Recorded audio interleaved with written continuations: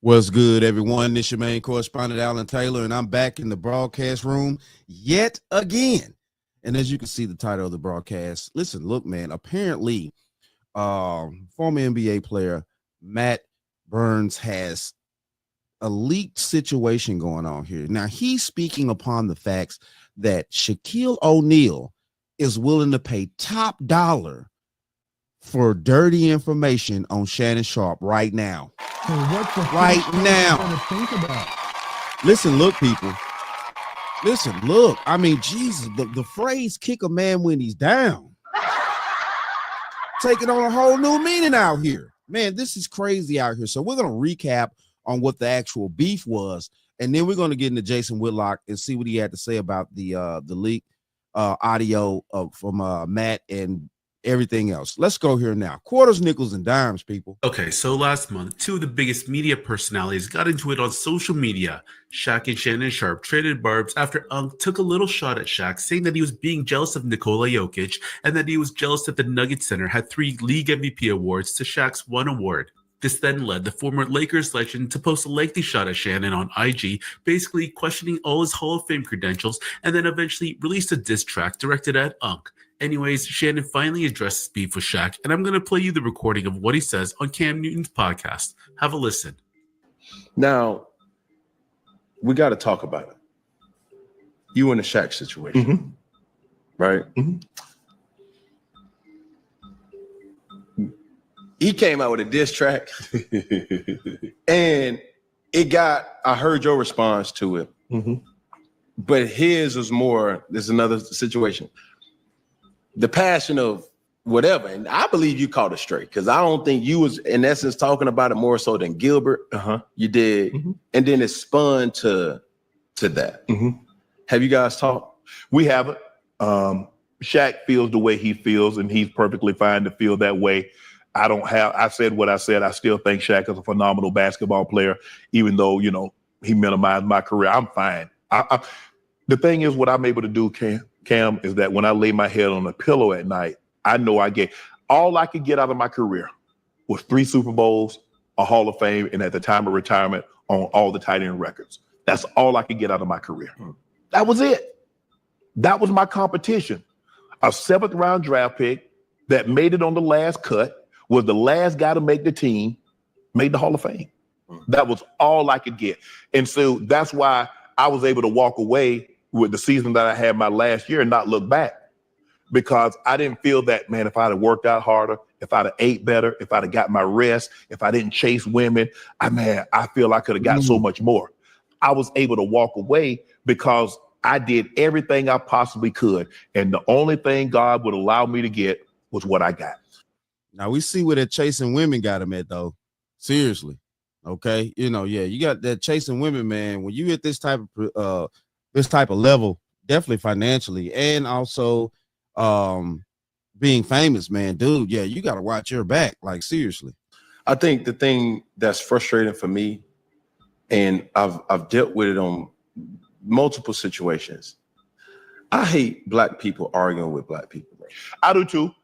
You know what? And I'm learning, Cam, is that I don't have to have an opinion on everything publicly.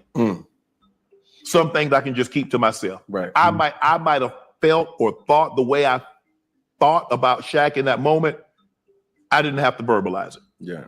Have I met SHAQ on occasions? Yeah. Were we cordial to each other? Yeah. But I didn't have to say what I said in that moment. And I apologize for offending him. Right. So I'm not, but the apology doesn't matter, because the thing is between them, when you say somebody, if I offended you, it only matters to you, because the person is equally as offended, even though you didn't mean to do it. With the apology. Too. Yes. So that's where I am with that. I don't have any ill will towards SHAQ. I don't have no problems with SHAQ. He's a phenomenal businessman. He's done unbelievable, not only on the. I don't know about that, not having problems with SHAQ right now. I don't know about that. I don't know about that. Court, but he's been even better off the court, if you can believe that, given what he accomplished on the court. But his business acumen is something to be studied.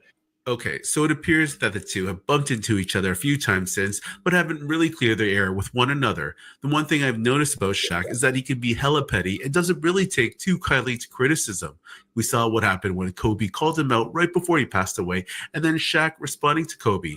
It just feels like SHAQ can get really defensive when you talk about his career. Anyways, this little spat seems like nothing more than that, and hopefully these two can one day talk it out.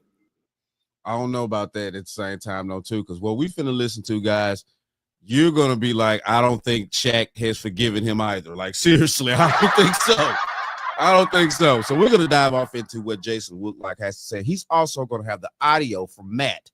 So we're gonna hear that, and we're gonna dive off, and we're gonna hear what Jason Woodlock had to say about the situation as well. Quarters, nickels, and dimes, people. There's a leaked audio or Matt Barnes talking about the Shannon Sharpe situation, and he brings Shaquille O'Neal into it. Let's play the clip. I don't know if you're on this kind of time, but I was in a group chat the other day, or actually just yesterday, and Shaq said he's paying top dollar for any information on old boy. So, again, I don't know if you're on that kind of time or not, but Shaq is known to throw large sums of money around. So, just want to put that out there. Stay quiet. Hey, he said, please, please, please keep it quiet. He said that Shannon did some shit back to him a while back, and he's been off him. So that's why he's doing this. But please, please, please keep his name quiet. To that. Have you guys talked? We haven't. Shaq feels the way he feels, and he's perfectly fine to feel that way.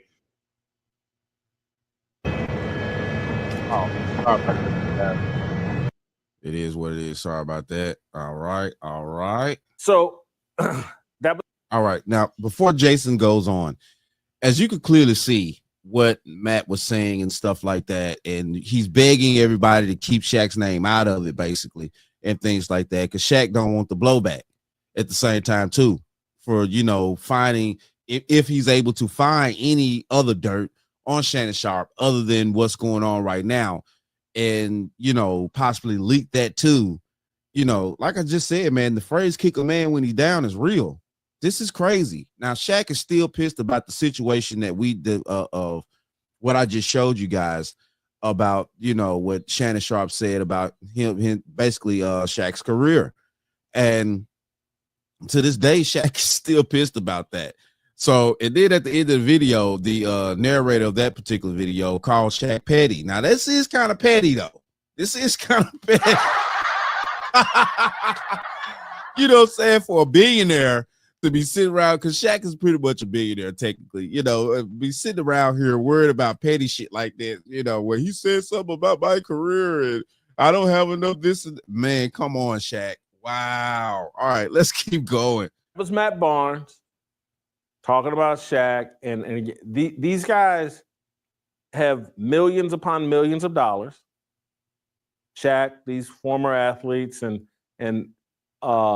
they have a lot of power and a lot of access to spend money to acquire information on people they dislike. And I'm not unpacking this or saying this. And Shamik, I'm gonna let you go because this conversation I'm gonna have you can't respond in real time, so I'm going to handle this. Thank you so much, Shamika. But I'm not saying this to draw sympathy. I'm connecting the dots to the conversation we had on Fearless today, conversation we've been having overall about like, hey, man, there's real danger here in speaking truth, speaking righteously, because you end up taking on very powerful people that have resources, and they can put a financial bounty on you. And this is why I'm so transparent, and why I play things the way that I do. I have enemies, and they have lots of money, and they're athletes, and they're not. They don't respect. It's not that other non-athletes don't play the game the exact same way, but when Shaq's a billionaire and he's got a problem with Shannon Sharpe, he can put money out and say anybody I got $500,000 or $50,000 or $100,000 or $1 million. If you got dirt on Shannon Sharpe, do the exact same thing to me. And trust me, people have been looking for the dirt on me for a long time. And that's why I talk about the dirt on me. Now, to speak upon this situation here, I'm wondering, is there some type of legal situation that can be taken behind this, behind people, you know, paying people for information like that? Things like it may not be, but and then too, let's say SHAQ did pay for the information, gathered the information that he wanted. I mean, what is he going to call Shannon and say, like, well, listen, look, you know, I got this right here on you. You know, if you don't XYZ, you know, I'm going to leak this too. Or because at that point, that will be blackmail as far as I'm concerned. And also, too, if not, then maybe just release the information without warning Shannon or anything like that, or saying, you know, or trying to get anything from Shannon. I mean, I don't know how that would go, you know, between SHAQ and Shannon, if SHAQ was to get hold to any type of other dirt outside of what Shannon's going through right now. For most of my adult life, I've struggled with my health, feeling sore. Hold on, let me fast forward a little bit here. Commercial with it. Here we by go. being transparent. But I'm just saying it's dangerous out here. And this is why a lot of men remain silent, because they know if they start speaking true, someone may take an interest in them and want to look, well, what are you hiding? What are you doing in secret? How can I get the dirt on you so that I can compromise you and or embarrass you? What I will say as it relates to what Matt Barnes and this leaked information, I can remember going back, let's say to 1998, 1997. Let me make sure my time frame is accurate on that. But I used to be, during Derek Thomas's NFL career, I was tight with Derek Thomas, the Hall of Fame NFL player, outside linebacker for the Kansas City Chiefs. And I remember him telling me about a beef between between Shaquille O'Neal and Shannon Sharpe. And somehow, I don't remember the details, I just know Derek Thomas was somewhat involved or had some kind of information or involvement in the beef between SHAQ and Shannon Sharpe. Yeah, this is SHAQ's 24, 25, 26 years old at this time. And it seemed like, based on my memory, it's involving a woman and involving some woman that, SHAQ really liked. And Shannon Sharpe involved himself with that woman. And maybe Derek Thomas did too. Okay, so wow. Okay, so now Jason just popped up with some new information out here. I didn't see this coming. I hadn't gotten this far off in the video right here. Okay, so I'm thinking it's the interaction about what Shannon said about Shaq's career. Come to find out, back when these guys were younger, what he said, Shaq was 24. You know what I'm saying? He was pissed at Shannon over some chick. Now at the same time too, when Shaq was 24, wasn't he married? So what the French toast is gonna think about? Wasn't he married back then? Hell yeah. Shaq, hey, listen, look, man, how you gonna get mad at the side chick doing side chick shit? Come on, dude. All right. And that there was real animus and beef there over this woman. And so who knows if this is what this is about, but when I hear Matt Barnes insinuating this is like they've had beef for a long time, I go back to what Derek Thomas shared with me in the late 1990s about issues between SHAQ and Derek Thomas.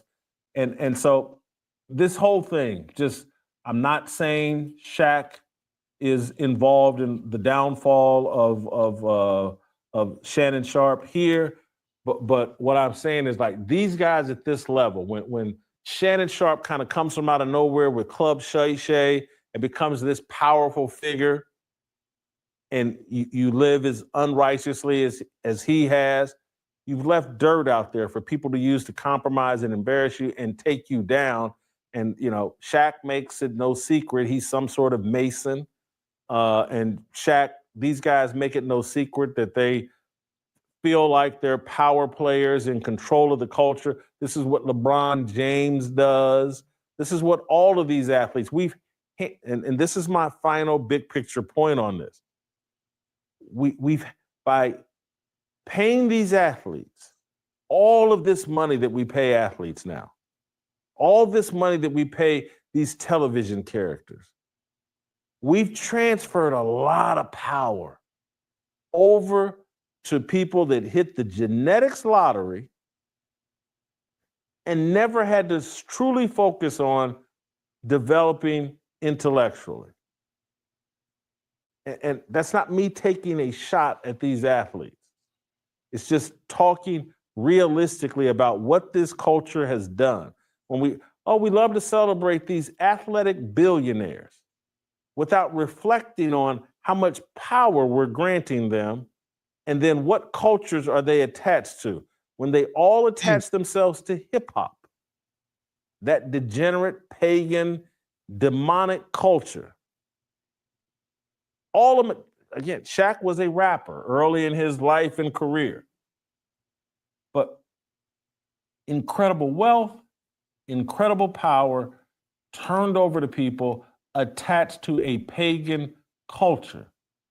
We should not be shocked at the ramifications of that and where that ends up leading and winding up. Anyway, I just wanted to get that off. Yo, shout out to Jason. Listen, look, wow. He spit right there at the end. Man, like I say, I'm watching the rest of this right along with you. I checked out just the first few minutes just to see what was going on. But man, wow. Hey, listen, look, these are facts right here as far as with the transfer of the money, which is power. You know, you gather enough money, you will get the power. Seriously. You know, and this is just, you know, you can't have power without money on this planet. That's no lie. It's just no way around it. You know, the more money you get, the more power you get. Definitely over people, over things, over everything, you know. And yeah, man, Jason made a lot of sense right then. So apparently, not only the situation where Shannon had said something about SHAQ's career, also too, Jason brought to the table about, you know, a beef that they had back in the late 90s over some damn broad. Man, wow, this is crazy out here. Yeah, like I said, the phrase kick a man when he's down is very much real. This is wild out here, man. SHAQ is on the rampage too, right along with that damn lawyer. Hey, what the French toast is there to think about? This is crazy. But it is what it is, though. Shout out to all my subscribers. Mad love to y'all. If you're new to the channel, please hit that like, share, subscribe button. Make sure you ring that bell to be notified whenever I decide to post things. And like I always say, and that, my friends, is the bottom line. That, my friends, is the bottom line.